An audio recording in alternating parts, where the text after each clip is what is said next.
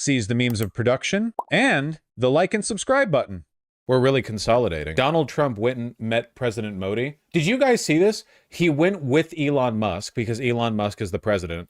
And was it the first question asked by an Indian reporter was something like, how do you feel about the overwhelming speed, popularity, and effectiveness of Donald Trump's, new administration or something like that? Did you guys see that? From Michael Kugelman, he's director of the South Asia Institute at Wilson Center. He's joining us. Hard tariff, and indeed we do now know that Trump has announced reciprocal tariffs across the board. But by across the board, I mean with countries around the world. We don't yet exactly know just yet how this will impact India.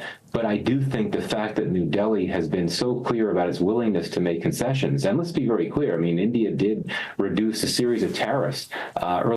Here, was this it? I was curious. How much more confident are you with President Trump leading this country that there will be peace through strength and you will have a successful partnership with the United... No, this isn't it. This is an English-speaking reporter. Well, both of them spoke English, but you know what I mean. This is the only kind of question that you're allowed to ask now in any kind of Trump, because you will literally be kicked from the newsroom if you ask any real questions. States versus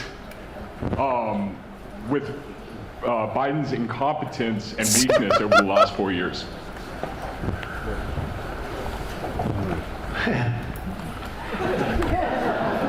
Even Trump is like, this is a little embarrassing. Literally, that's how much of a ass-kissing question this is. Where even Trump is like, okay, come on. That's your question, but I'll answer it. I agree with you. Gross incompetence. We're going to have a fantastic relationship, and it has been, but the whole world's been set back over the last 4 years by the weakness of the United States, the weak leadership of the United States. But I think we've taken care of it in just 3 weeks. It seems to me that even some of the media that we wouldn't prefer has been writing that this is a much different country right now, that the world has a light over it, not only our country, but the whole world. The Prime Minister told me that before, too, even over India. The world has a light. They need the United States to be strong and powerful, but good. And that's great, man. There was another dick-sucking question. They're all dick-sucking. Earlier this month, when it announced its new budget, it made that quite clear. And so I think that's something that will appease Trump and his administration. It's going to be interesting to see. I mean, the funny thing is that Modi is actually rapidly losing popularity. Remember how in the last election Modi got trounced? Like, people were expecting Modi's party to do really well in the parliamentary elections, and he just got absolutely ridden into the ground. And Modi is, I mean, people say this a lot about a lot of people, but Modi basically is India's Donald Trump, right? Like, he is a boorish, buffoonish, posturing, militant nationalist who rides off xenophobia to try to ignite the public.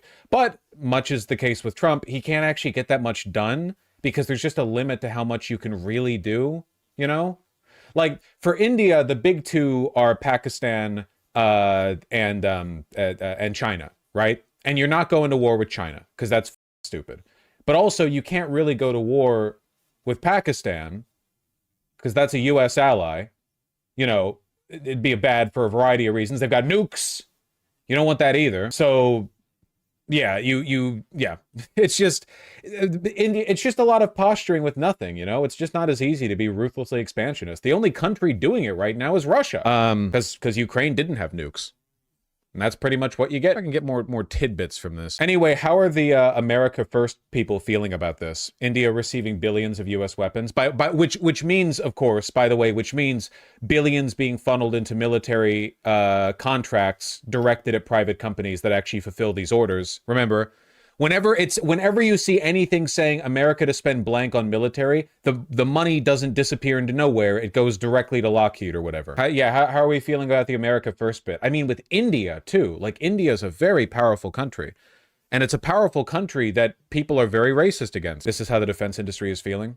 The other day, Donald Trump said that China, and Russia could all cut defense spending in half, but I don't think you should put much weight in that because he just says stuff. That is not true. That will not happen. That will literally, this was like Biden saying he's going to end cancer. You shouldn't put any, he just said that.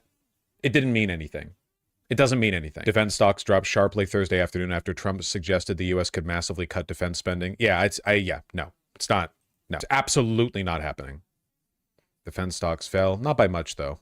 General Dynamics, Lockheed, Northrop Grumman. It's just market manipulation to buy the dip. No, I genuinely just think it's his brain is broken. Those are a lot considering these stocks never dip. Well, keep in mind that the wealth of these companies isn't necessarily in their like share evaluation, but in the actual like contracts they hold. But yeah, the wokest president, the most anti-military president, the most peaceful president of all time. Let me get that clip. He's so funny. You know, I've had a good relationship with President Putin. I've had a good relationship with President Xi. It's about people. And I think when things straighten out, which I hope will be in the not too distant future, if he actually has military spending, I don't know what to say, man. I promise you it's not going to. As surely as the sun will rise tomorrow, it is not going to happen. 0% chance. We know who actually runs the country, okay? It will not happen. The reason he said this, I think, is probably because there are some legitimate, like, more libertarian-leaning budget hawks in his orbit who have talked about the Pentagon as a viable target for cutting spending. But it's not, like, this is just one of those lines you can't cross, you know? Meeting I want to have first is a meeting with China and a meeting with Russia on slowing down, stopping, and reducing nuclear weapons in particular, and also on not having to spend the kind of money we're all spending on weapons, military weapons generally. I think my question is, would you have those meetings separately with each of those leaders, or would you try to bring them all together? Both. You start off separately, and that's what was happening. I was dealing with President Putin. We had really an understanding where we were going to denuclearize.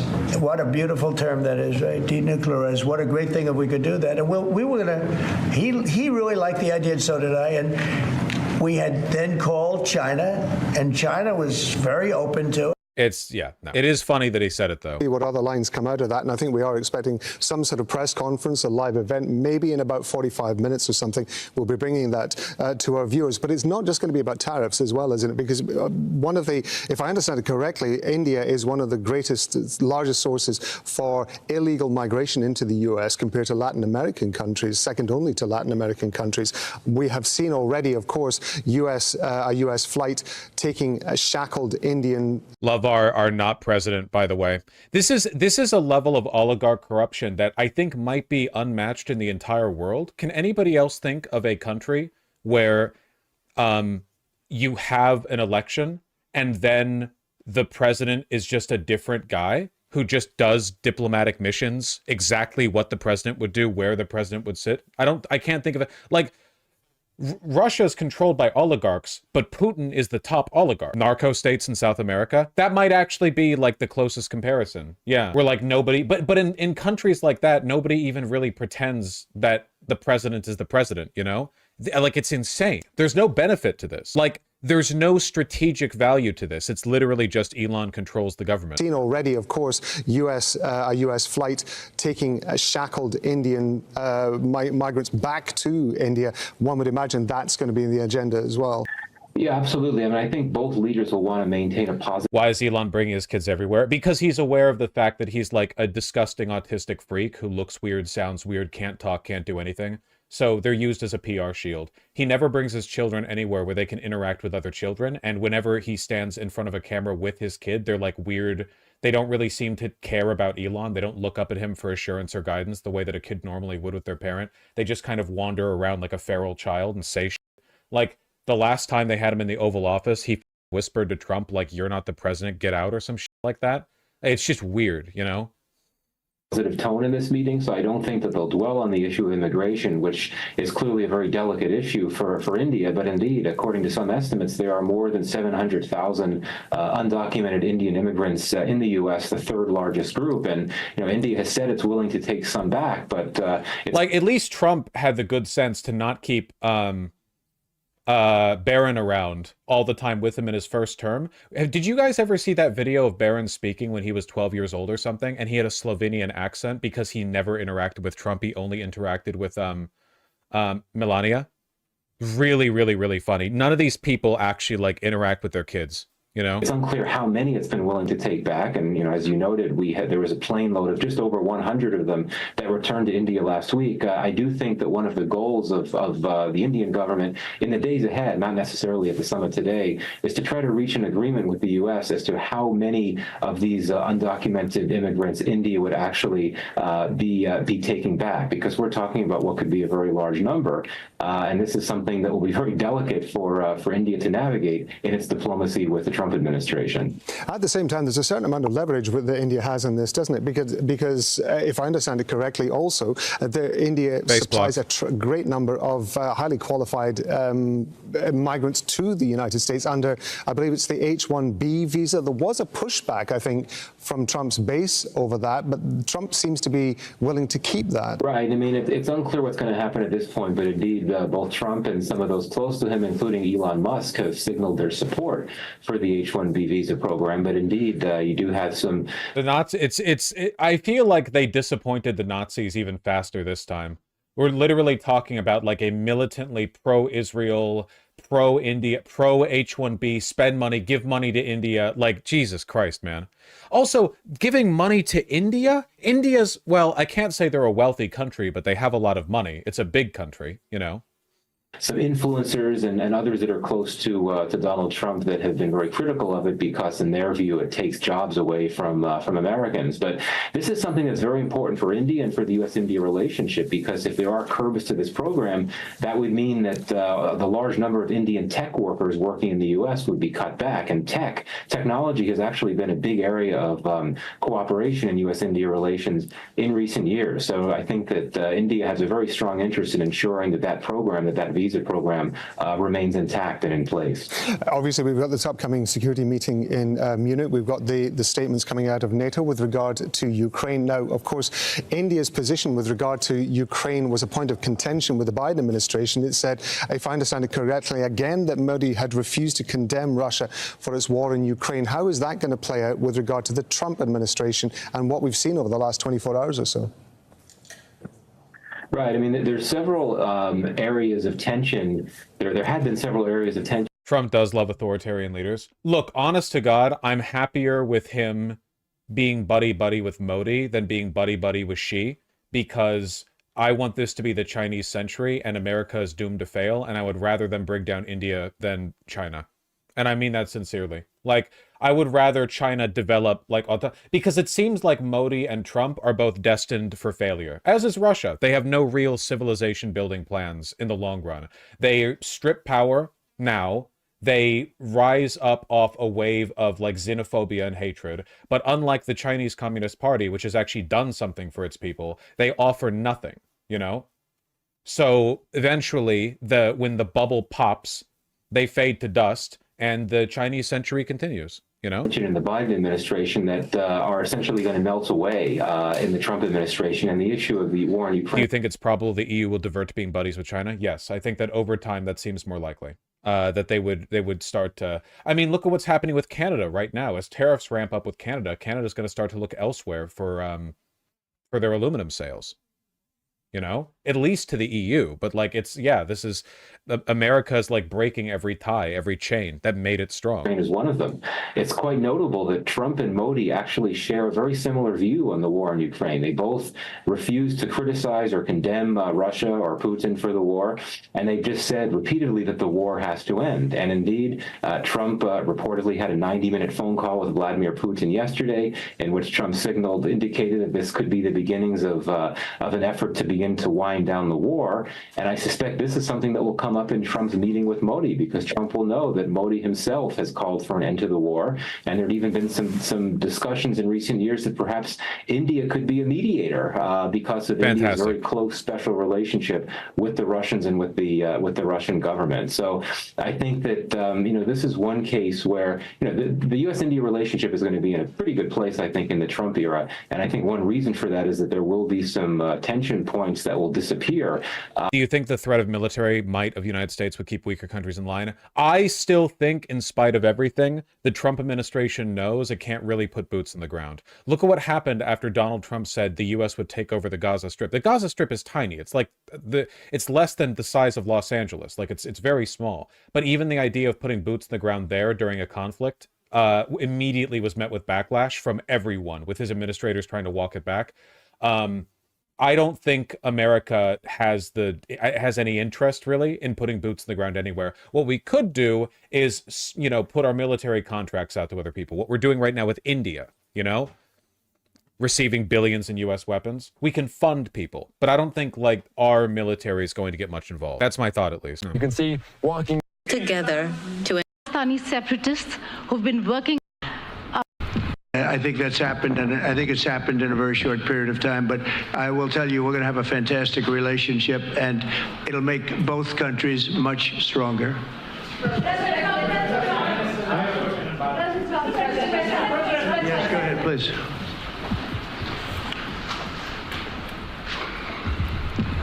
The U.S. military is a paper tiger. I don't think that's true, or at least I didn't up until now. The reason America didn't do well in Afghanistan and Iraq is because we didn't really have any real objectives there. Now, though, the main reason militaries perform well is because of logistics, and Hegseth was literally, on day one, when he was made head of the DoD, he was saying, like, no more logistics, no more bureaucracy, just good old man jogging around. He was basically doing, like, the Russia bit, you know? Where, like, yeah, we don't need, you know, fancy-pantsy logistics. We just need, like, grit and macho. Wait, they're actually stupid? Yeah, but this behavior is literally directly what leads to a country being a paper tiger. It's what happened to Russia. You know, Russia's military would have been very, very powerful if it had been led by competent, non-corrupt officials.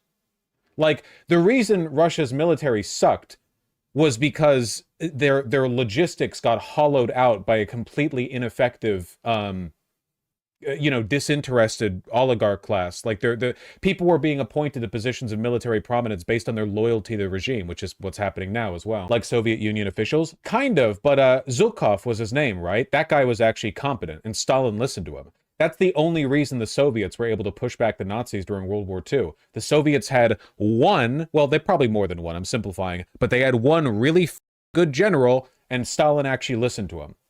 If Stalin had had Zhukov killed, which he probably would have if he was any other guy, things would have gone a lot worse. It really was just Zhukov. He was shockingly powerful. See, here we go. Sorry, I was looking for the tweet from Hegseth. Strength equals readiness. Kicked off the day with PT alongside the warriors of 110 SFG. No bureaucracy.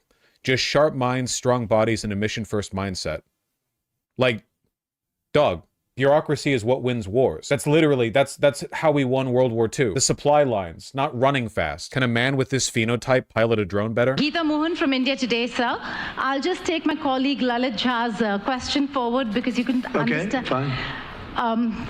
The question is about the fact that you've decided to extradite Tahawar Rana. Thank you so much. India has been waiting to have him back in India to bring him to justice. But there are many other elements in the United States of America, particularly Khalistani separatists who've been working against Indian interests.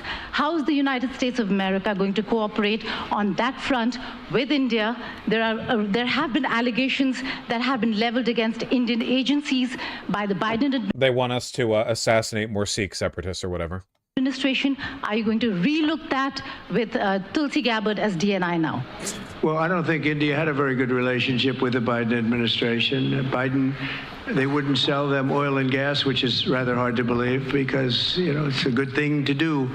And a lot of things happened that weren't very appropriate, I thought, between India and the administration, the Biden administration. But as you said, we're giving a very violent man, it seems to me. I mean, I don't know. Yeah. Prime Minister, thank you, Mr. President. Prime Minister, the U.S. is giving a lot of push to curb illegal immigration, and India has been cooperating on this issue. How does India see this issue in the larger context? Thank you.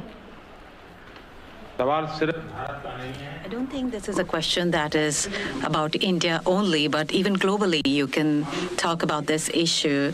And we are of the opinion that anybody who enters another country... Wow, you're boring. F you.